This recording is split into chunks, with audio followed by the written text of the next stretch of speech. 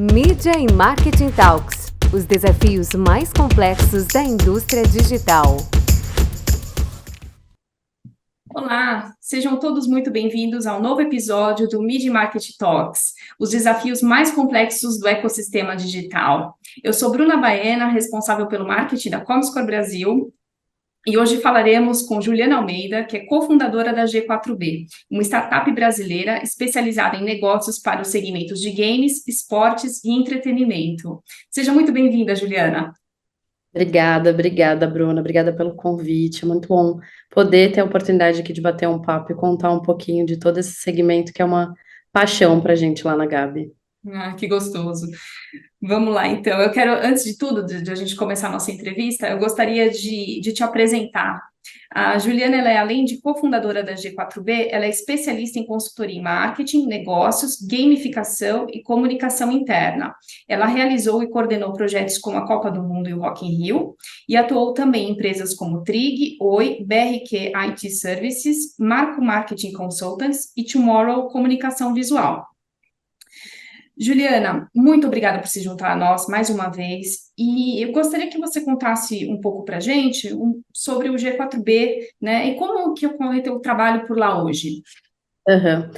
É engraçado que a G4B, que é Game for Business, a gente acabou chamando de Gabi, né? Somos 3 sócios, eu, a Cíntia e a Marcela, e em algum momento, em alguma das reuniões, a gente falou Gabi e acabou ficando Gabi, mas é G4B, né? Que é Game for Business.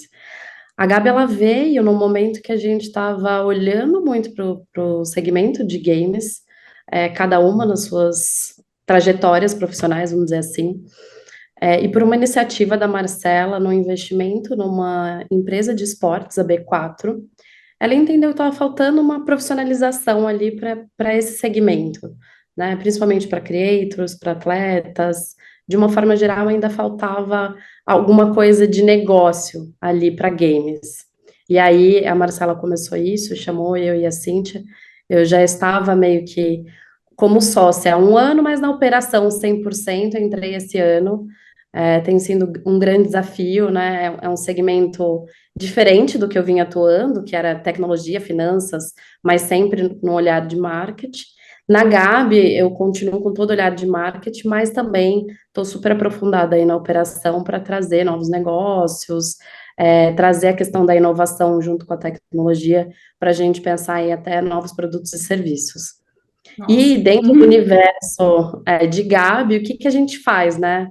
Essa profissionalização que a gente sentia falta, nada mais é do que montar estratégia para que marcas se conectem a toda a comunidade game de uma forma estratégica e de uma forma muito real, né? A gente vê aí, não sei, né? Às vezes a maioria aqui de quem está assistindo já acompanha esse segmento de games e entende o quanto tem várias oportunidades, empresas que às vezes gastam uma fortuna em algumas ações, mas que não conseguem manter um storytelling com a comunidade. A Gabi, ela vem para construir isso de uma forma mais sólida, né? Que seja, de fato, uma real conexão entre marcas e as comunidades de games. Nossa, muito legal. E para começar, a gente pode falar um pouquinho, né? Você nos dá a sua visão sobre a indústria de games no Brasil? Como é que você tem avaliado o cenário desse setor? Depois eu já acompanhava, assim, já via o quanto tinha de crescimento, o quanto falavam-se big numbers aí do segmento, mas de fato, quando eu entrei 100% na operação e fui acompanhar mais as pesquisas de mercado e entender mais sobre todas as oportunidades, assim, eu vi o quanto tem potencial do Brasil e o quanto vem dos últimos, principalmente depois da pandemia, escalando de uma forma, assim, estrondosa, né, vamos dizer assim. Para você ter ideia, em 2021, o Brasil ele ficou ali na frente do México e uma das principais na América Latina em investimento no universo game. Aí quando você olha para o mundo, você coloca o Brasil no 13º. Alguns podem olhar, mas é 13º. Mas se você faz comparação de outros segmentos, por exemplo, você vê que 13º lugar num ranking é muita coisa, né? Ou seja, é um segmento que tem muita oportunidade. Eu falo que está no hype ali do momento das marcas olharem com muito mais carinho para toda essa comunidade, para todo esse universo e criarem de fato ali uma conexão para conversar com esses jogadores que no final, né, quem joga, quem é o gamer, acho que é legal a gente falar isso também. O gamer, ele acaba sendo eu, você, várias pessoas em volta, não é só aquele que joga de forma profissional para ganhar dinheiro, né? Você tem o game que joga Candy Crush, né, que é um jogo de aplicativo. Então, assim, o potencial de pessoas que têm contato com o universo gamer é muito grande. Então, todas essas possibilidades de conexão junto com as marcas, ela traz para o país, traz para o Brasil um potencial gigante aí de crescimento. A gente tem números que apontam que os próximos 2 anos, esses faturamentos, que já estão na casa de bilhões, se eu não me engano, acho que foram 11 bilhões no último ano, isso vai dobrar até 2 anos, né? Então, é muita coisa. É muita coisa mesmo. Muito legal. Juliana, eu imagino que sendo uma indústria em constante inovação e com um crescimento tão forte, tem vários desafios e oportunidades, né? Você já falou aí de algumas oportunidades, mas pontuando, desafios e oportunidades, quais você acha que seriam esses? Desafio, eu falo, a questão tributária, acho que essa impacta qualquer setor, né, vamos dizer assim. Então, para quem desenvolve jogos, para quem publica, enfim, acaba tendo um peso muito grande tributário, que às vezes impossibilita de viabilizar algum projeto interno, né, interno que eu falo dentro do Brasil. Até ontem eu estava numa reunião conversando com uma empresa que desenvolve jogos e que tem um projeto social super bacana, e ele estava contando que ele vai produzir os jogos que ele deseja aqui, que ele tem cliente, na Europa.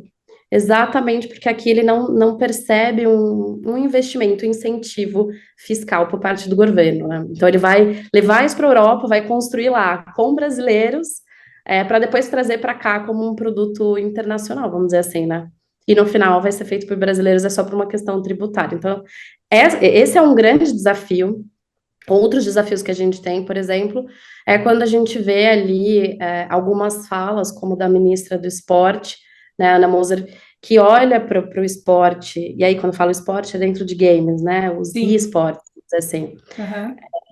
não dá tanta atenção ou acaba tendo alguma fala que faça com que as empresas que talvez tivessem um orçamento para impulsionar mais esse segmento tenham uma parada, né? Acabam parando alguns investimentos por conta desses pronunciamentos, né?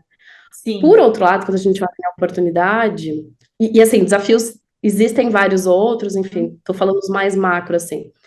Mas quando a gente vai para oportunidades, também temos oportunidades, como, por exemplo, o COI, que é o Comitê Internacional, comunicou esse ano que vai ter jogos esportivos de esportes, então tem Just Dance, né, tem outros jogos ali que são simuladores, e aí isso dá um gás de novo, né? Então eu falo que todas essas notícias que às vezes saem na mídia sobre algum pronunciamento, elas acabam trazendo um desafio, uma oportunidade. Como eu, Juliana, gosto de ver tudo isso. Todo desafio a gente tem oportunidade. Acho que a questão tributária é a única que é mais tensa, de se trabalhar, a não ser que você faça alguma coisa no exterior. Mas para os demais desafios, a gente consegue encontrar estratégias aqui nacionalmente para conseguir impulsionar essas marcas que querem entrar nesse segmento. Apesar da gente já ter vamos falar, um grande holofote aí no segmento game desde a pandemia, onde os números eles cresceram de forma absurda, né? Agora eu entendo que é um momento muito mais maduro do mercado para que as marcas construam um storytelling, que na verdade eu não gosto nem de falar de storytelling, eu gosto de falar de story doing, que é vivenciar todo esse segmento junto com a comunidade, Uhum. né? Ou seja, ao invés da marca só criar uma ação pontual, um patrocínio de evento, um patrocínio de time, ou só uma comunicação no metaverso, né? Alguma ação, um evento, enfim, ela criar de fato uma vivência junto com todo esse segmento, né? A gente percebe uma mudança de comportamento do consumidor, que hoje ele não escolhe só a marca que fica impulsionando ali com várias comunicações.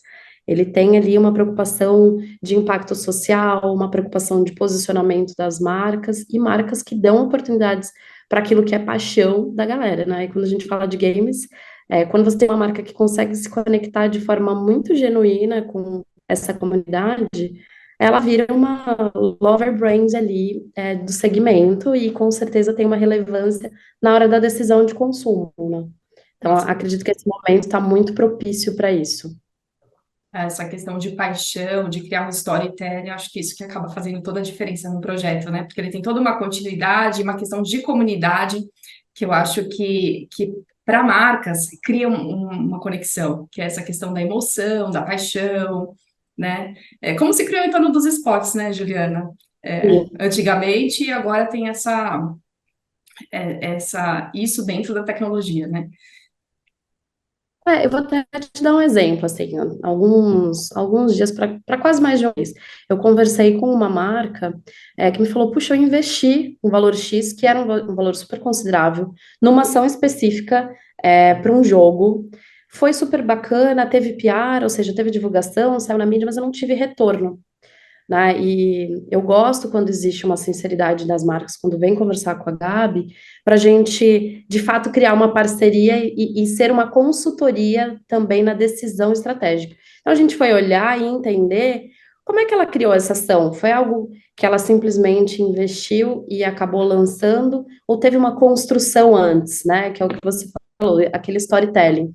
Apesar de muito se falar, pouco se faz na prática, né? E eu tenho visto que algumas agências acabam pegando ali influenciadores que estão super hipados, vende-se um merchan ali, faz algo pontual e não tem, de fato, um retorno, porque troca a camisa de um para outro, né? Eu falo de marcas, né? Sim, Quando sim. troca a marca, bota outra, não tem a construção. Lá na Gabi a gente procura sempre, assim, e principalmente nas conversas, antes de qualquer projeto que a gente monte, seja de mídia programática, né, mais segmentada para o universo, seja um projeto especial, até mesmo de consultoria, deixar claro para a marca que está vindo conversar com a gente de a gente vivencia todo esse universo, né? Então, me conta a tua dor, eu te conto como conectar e por qual canais você vai usar e como se comunicar dessa forma, mas fazendo uma construção e não sendo algo pontual. Acho que isso é super bacana e cada vez mais eu percebo que as marcas precisam ter um olhar mais pontual sobre isso, né? Muito legal. E falando em aproveitar as oportunidades e quem pode fazer isso, as marcas podem se beneficiar dessa conexão com os games, né? E como você Super. acha que elas podem obter vantagens, né? Como seria essa conexão com os games? Acho que você já falou um pouco, mas assim, como que elas podem obter vantagens depois que se faz toda essa construção, né? Todo esse Sim. trabalho, como é que elas obtêm vantagens? É. Tendo uma participação ativa no segmento, né? E aí, Uhum, isso dá para ser feito de N formas.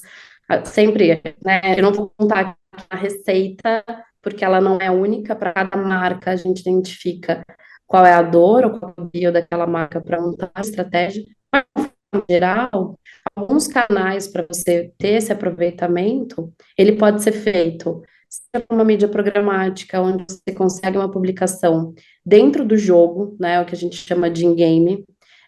Você consegue fazer, por exemplo, um patrocínio de time de esportes, né? A gente tem algumas orgs que a gente trabalha, que a gente representa comercialmente, que tem propósitos, assim, incríveis. Tem uma que eu sou super apaixonada, que é a B4, porque tem um propósito super legal de formar atletas para que eles fiquem de uma forma muito mais profissional para participar dos campeonatos, e depois que ele consegue trazer essa galera, dar toda uma estrutura e formar praticamente, ele acaba vendendo para o mercado porque o tamanho desse atleta fica tão grande que já não cabe dentro da própria org.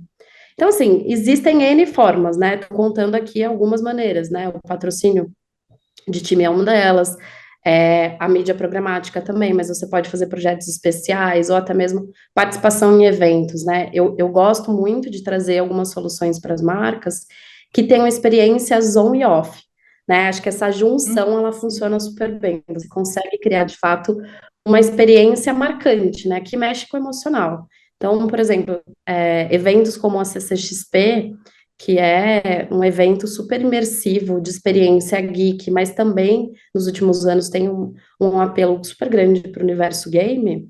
Ali você consegue não só trabalhar uma exposição da marca, mas experiência mesmo, que emocione aquele consumidor, né? Não só com o produto, mas com toda a paixão que ele tem por todo esse universo. Mas não dá para fazer isso de forma apartada de todas as outras ações, né? Tem que ser, de fato, uma construção. Então, eu gosto de sempre conversar com a marca, colocar na mesa quais são os desafios que ela tem, com quem que ela quer conversar, e por quê? E aí a gente consegue ajustar todas essas estratégias. É de se apaixonar mesmo, né? Porque é um poço de criatividade, né? Dá para fazer muita coisa, pensar coisa diferente todo dia e, enfim, e traz muito resultado, né? Para a marca, para todo mundo que está envolvido. É, uma pergunta que eu penso que tem vários ouvintes do podcast que podem ter é, na sua perspectiva, quais são os tipos de projetos vinculados aos games que você recomenda para aquelas marcas que querem ter sucesso? De fato, é criar alguma coisa junto com a comunidade, né? Então, assim, você pode fazer um evento, você pode fazer mídia programática, você pode fazer patrocínio de time, mas uma das coisas mais legais é quando você se aproxima da comunidade de uma forma muito ativa, criando um próprio campeonato, ou fazendo pesquisa, escutando o que essa galera quer consumir, qual que é a voz dela, né? Ou seja, trazendo essa oportunidade. Como é que você consegue fazer isso? Gerando conteúdo. Então, você pode fazer conteúdos via as mídias sociais, seja de atletas ou de creators, ou até mesmo da marca, mas com esse apelo do segmento gamer. Você consegue também, de uma forma, uma mídia programática muito mais assertiva, né? Antes, a gente tinha aquela mídia que você está aqui no computador, entrou num site de notícias, pluga vários pop-ups ali, que quase que é uma briga de pop-ups para ver quem leva a tua conversão, ou seja, teu clique. Essa publicidade ela não cabe para esse segmento. Acho que não cabe para nenhum, mas para esse, principalmente. Mas como é que a gente consegue fazer isso?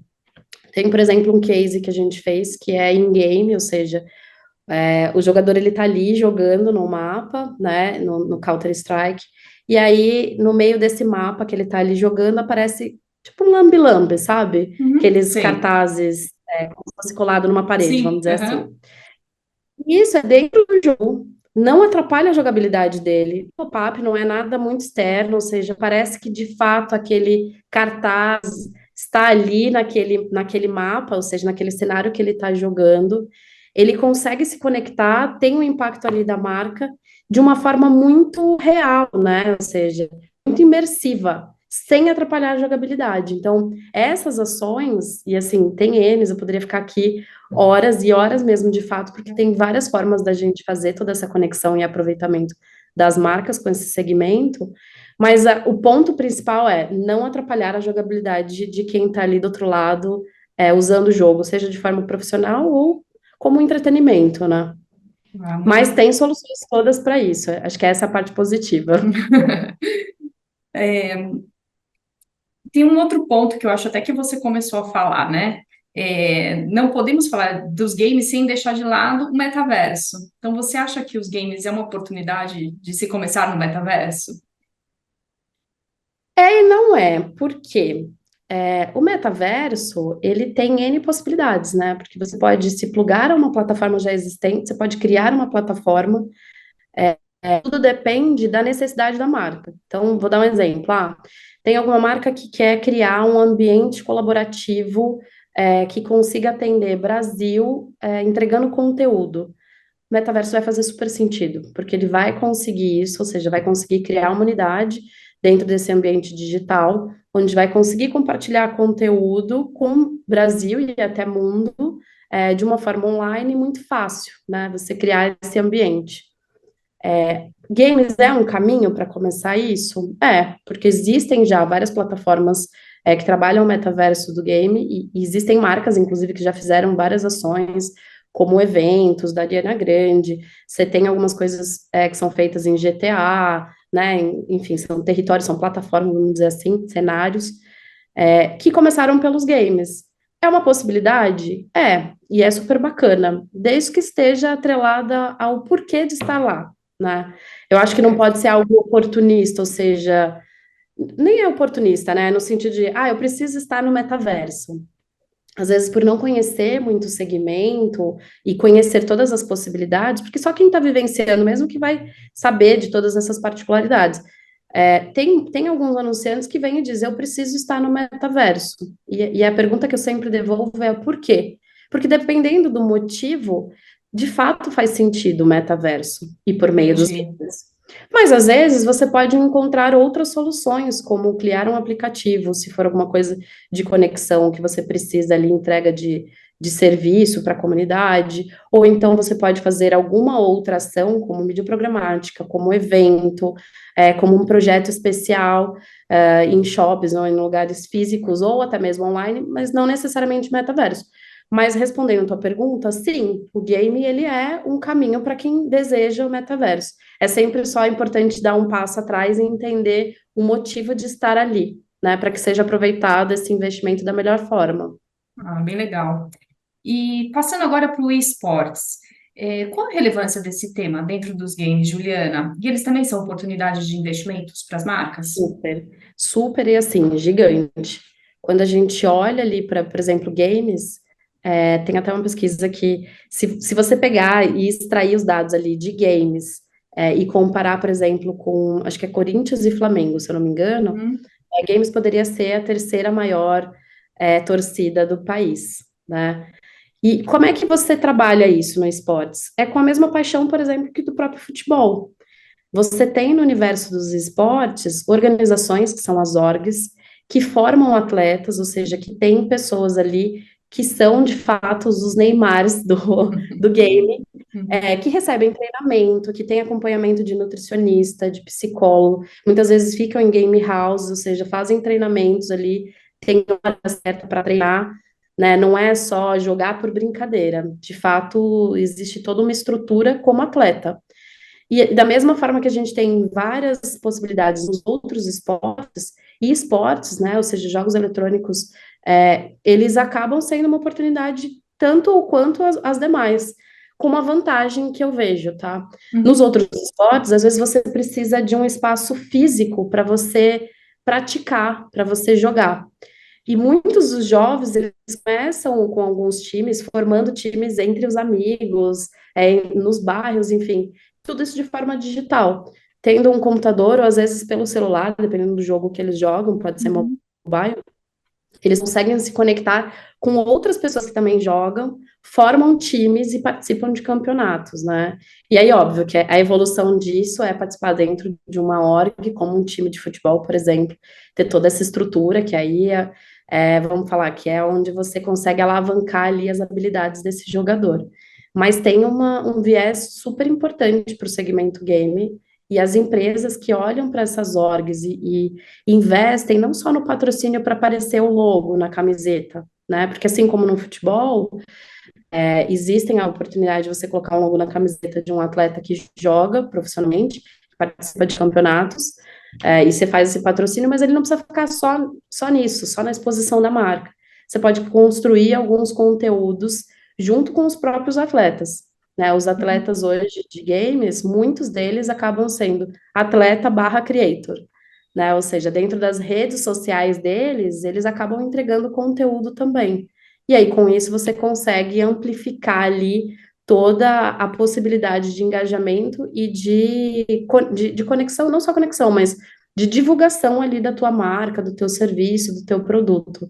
Então, assim, é uma infinidade. Eu Uhum. falo que dentro do ecossistema de games tem uma parcela super importante que é esportes, e aí dentro de esportes você tem N possibilidades aí para que as marcas se juntem a todo esse movimento do esporte. Ai, muito bom.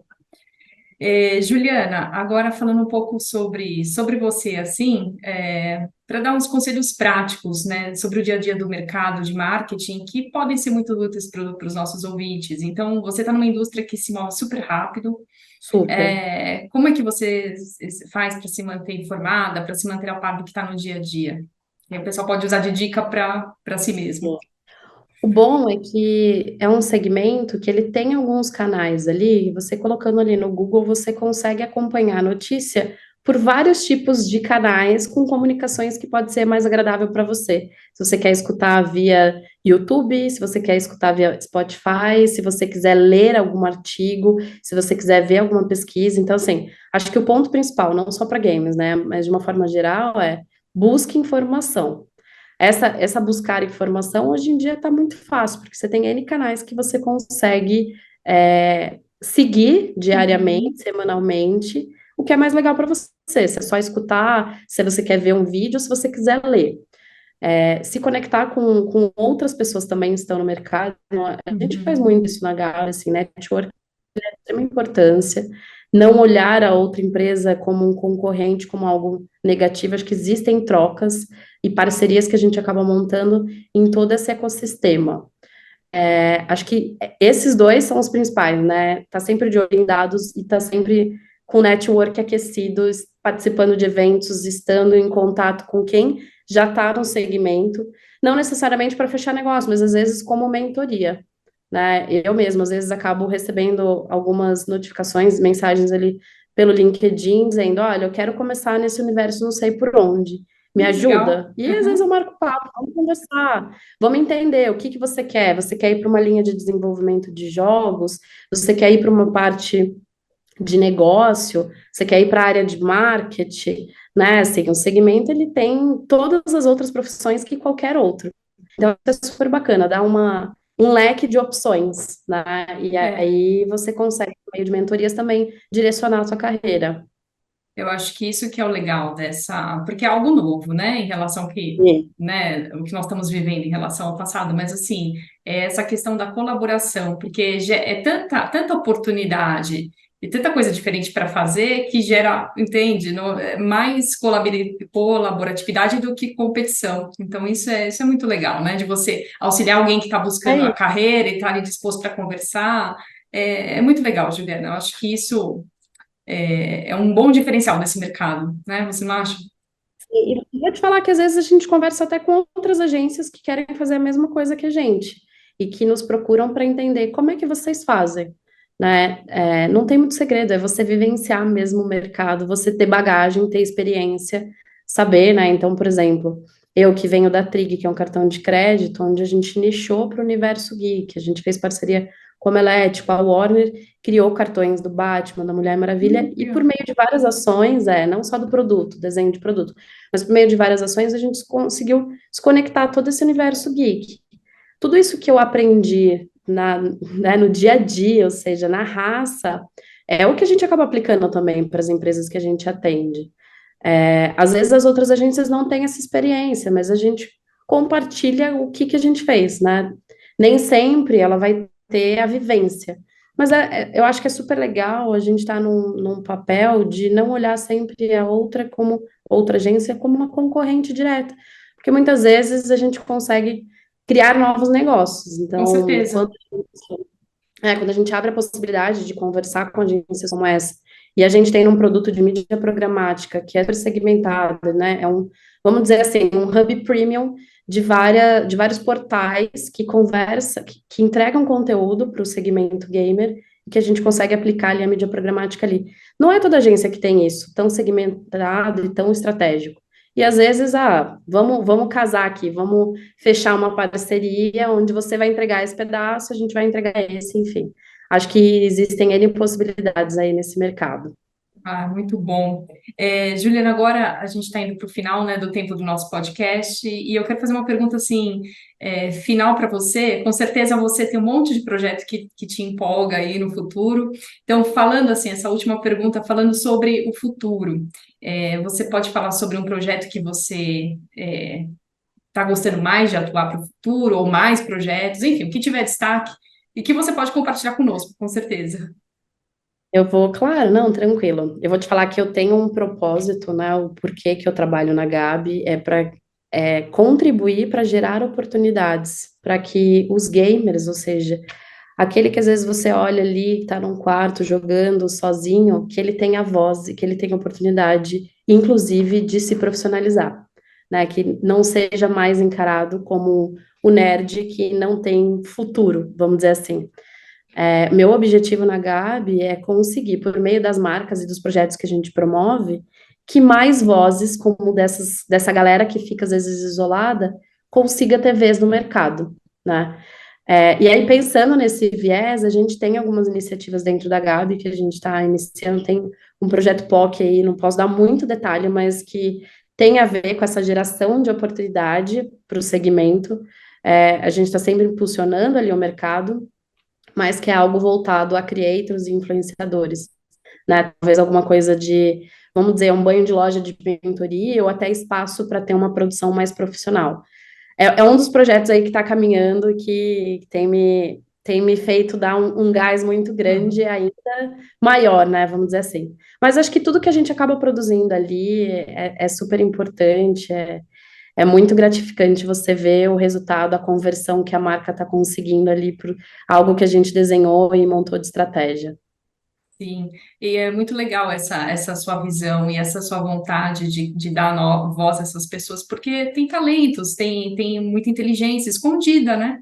E às vezes a pessoa tá ali e a pessoa é um talento, né? E as pessoas julgam de uma outra forma, mas não, tem muita coisa boa. Isso, ao meu ver, isso vai abrir muito, muito campo profissional no futuro para esses Muito, jovens. muito mesmo, assim. Eu tive uma experiência dentro de casa, é por isso que, Ah, né, é? Que legal. o meu irmão mais novo, ele jogava muito, ele jogava Flight Simulator, que é simulação de aviões, enfim. Ele tinha todo quase que um estúdio montado no quarto dele.